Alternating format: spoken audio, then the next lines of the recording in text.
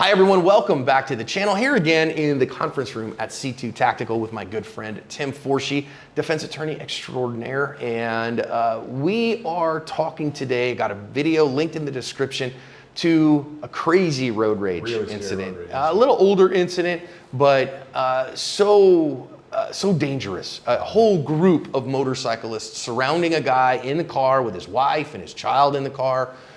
And I want to talk about the use of a vehicle as a deadly force tool. Firearms Legal Protection is who I trust to help me after a use of force incident. If you're a Firearms Legal Protection member, you can attend our monthly active self-protection training seminars for free. Check out all they offer to their members at the link below.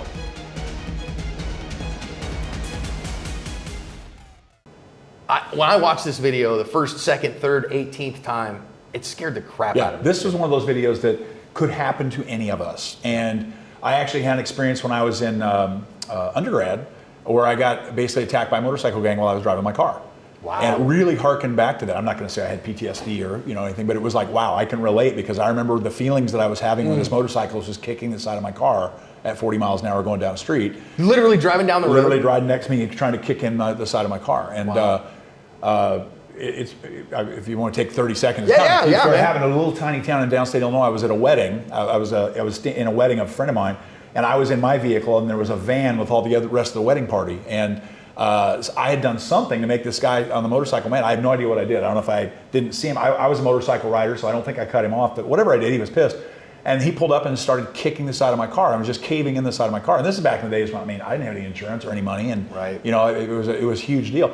And so I finally flagged down a local cop. The guy took off, the cop showed up, and I explained to the cop what it was, and the cop goes, yeah, I know that guy. I went to high school with him. He's a complete scumbag, blah, blah, blah, blah, blah. He goes, hey, look, if you want to file a complaint, I'll write it all up. You go to school, what, about 100 miles away? I said, yeah. And he goes, well, you're going to have to come back to town. You're going to have to testify, miss classes, blah, blah, blah. He goes, I'll tell you what, I give you my word that his headlight and his taillight on his motorcycle will be smashed later tonight if you're good with that. Wow. And I said, I'll see you later. That sounds good to me. Sounded like God was working in mysterious ways. So, but anyway, when I watched this video, I brought back the whole how vulnerable you can be, in a vehicle surrounded by motorcycles. I think there was only 3 in mine. Yeah. There was probably 30 or 40 in this one. I would say 30 or 40. A batch. Yeah. So it made my heart quicken a bit. Yeah. Well, and I mean, once they got that guy stopped, eventually they get him to a place where traffic had him hemmed in, and they pulled him out of that car and beat him. You said this was older. Was this pre-Bruin or post-Bruin? I'm assuming it was pre-Bruin. It was pre. So hopefully, I don't know. But if I've got a Range Rover and a family to protect, and I understand Bruin, I hope even if I'm stuck in New York, I hope I realize the wisdom of being armed if possible. So let's think about that. I think that would change the whole dynamic here. It would have. Yeah. It absolutely would have. So in a post-Bruin world, right? So we're talking about NYSERPA versus Bruin and New York State Rifle and Pistol Association v. Bruin. If you don't know that case, please look it up. Read it if you haven't. And it affirms that people have a right to not only keep arms but bear them, and that these onerous gun laws are on their way out. Completely changes in the best way possible the interpretation of the Second Amendment in terms of the legal interpretation. Now it's text, history, and tradition. It's the most pro-2A ruling in my lifetime, I think possibly in the lifetime of the court. I agree. So text, history, and tradition now, no balancing acts, no intermediate scrutiny, no strict scrutiny, text, history, and tradition. It amazes me that anti-gun groups keep testing the theory in court. It doesn't amaze me because you look back to, another controversial decision that we don't want to get into the weeds on, but the famous Roe versus Wade case. Everybody thinks, well, that changed the law. Well, I guess officially it did, but do you think that states in the South didn't go kicking and screaming? That's true. It takes. Well, but every time they test it, it gets worse for them. That's right. But they're still going to test it. And I think that's what we're going to see now. We've already seen New York try to revamp their laws in just a slimy way to try to skirt it. It's not going to work. Not going to work. But I think we're going to see years of fighting. But I think that hopefully, if this doesn't get overturned, I think that eventually the right side will win there. Yeah. So before that though, but in a post-Bruin world for sure. So we're talking about advice for today based on watching that video. You need to be armed. Yep. And even in New York State, that's possible now. Correct. For a New York State resident. Now, of course, the thing there is, I don't think you're going to get in a running gun battle with 30 motorcyclists. They're not all going to stick around for that. They're not all going to be heroes when guns start going off. But if we're talking about in the car, I'm the guy who said I've never seen a private citizen engage a reload in a real gunfight. Okay. I'm that guy because that's true. I've never seen it. I've never seen one caught on video that needed a second magazine. I've seen it with cops all the time, but their mission is different. Their Right. mission is not to break contact. Their mission is to close with and take people into custody. But that being said, that's the one that said, you know what? If you have space in your glove box or a spot, it's not illegal or any of those things in your jurisdiction to put a spare magazine for your carry gun in the console, it's not a wrong idea. Because I hope you have a spare magazine for your carry gun in your right front pocket. I mean, I don't know why you wouldn't have a spare magazine on your person. But well, that's me. we've talked about that a whole bunch. I don't carry a reload. I carry my reload in the gun. But, you know, having an extra one there for that kind of instance may not be wrong. Because, I mean, obviously, I don't know what started the whole thing. It was road rage of some kind. And then the motorcyclist. Well, the brake check. Yeah, brake checked into him. Yep. And now you got all these guys, and he starts heading off. At some point, Tim, I feel like you can say, wait a minute, I'm in fear for my life, for the life of my wife, for the life of my child.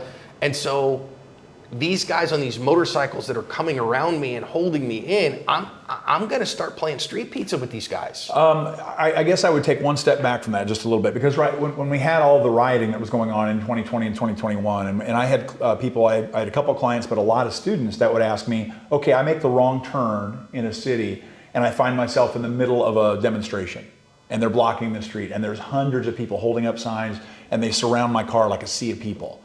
Can I just floor it? And my response to that is, what are they doing? Yeah, why? Are they rocking your car? Okay, well, I don't think that puts you in fear for your life. Right.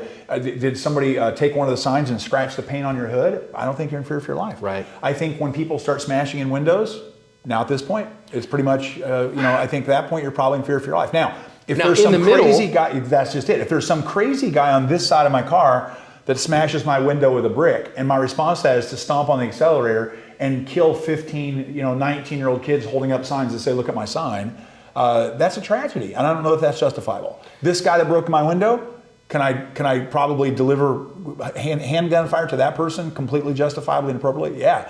But in other words, a car, people forget this, but cars are capable of much more carnage than guns. You can kill a whole lot of people with a pickup truck in a crowded road, right? I mean, we see it all the time. Yeah, and I think it's balanced though by the fact that, okay, so we got this whole group of motorcyclists. Right. So it's in some sense a mob.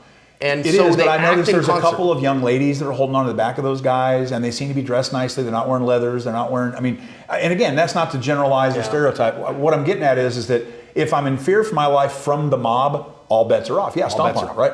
But if it's just this contingent of the mob on my driver's side window, and there's a bunch of guys up there going, Frank, leave him alone. We got a place to be. Let's go, Frank. And I drive over all those people. You got trouble. I think you got trouble. So it's kind of hard to give a generalization, but can you use a vehicle as a lethal weapon legally? Of course. Absolutely you can. Yeah. It doesn't matter if you use a gun, a knife, a baseball bat, a car, right. A hand grenade. As we said earlier, it doesn't matter where you shoot them, it matters why you shoot them. It also doesn't necessarily matter how you neutralize them, as long as they needed to be neutralized. As a threat. And obviously, you hit somebody with a car more than a couple miles an hour, it's highly likely to cause death or great bodily harm. If you hit somebody with the grill, you're going to put them in the hospital for sure.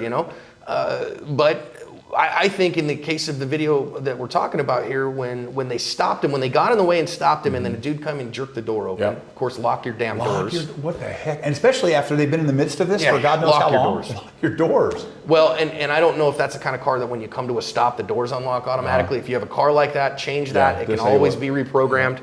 But once they breached the door, now am I really worried? Because again, they put him in the hospital later down the road, right? And that's by the grace of God that he wasn't killed. I mean, they could have curb stomped him and then decided to do whatever they were going to do with his wife and his kid. I mean, that could have gotten so much worse. And in that case, several of the guys in that motorcycle group were cops. And, is that right? Yeah, and didn't really do nothing. Wow. And that's pretty problematic to me in a number of ways, kind of beyond the scope here, but.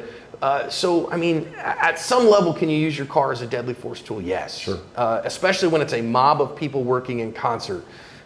Is it going to get you a little scrutiny? Yeah, it probably will. As it always should. Yeah. You took a human life, there should be a great deal of scrutiny. You bet. Absolutely. Do you want to run over a motorcycle with your car? No, because you're probably, unless you've got significant ground clearance, you're going to high side your vehicle, and now you're stuck there. And you're stuck there with no defense and now there's 39 of his buddies that are going to get vengeance on you. Yeah, you're high-centered. That's not a good deal. And the cops ain't coming to save you.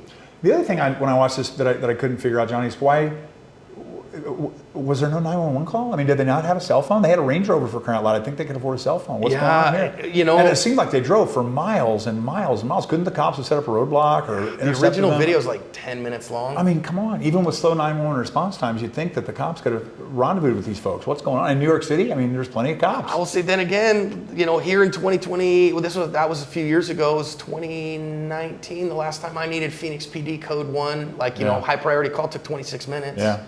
And now I think it's even worse. And I'm not saying that. I love Phoenix PD. They're my hometown boys, you know what I mean, and ladies. And so I got nothing but love. But 10 minutes?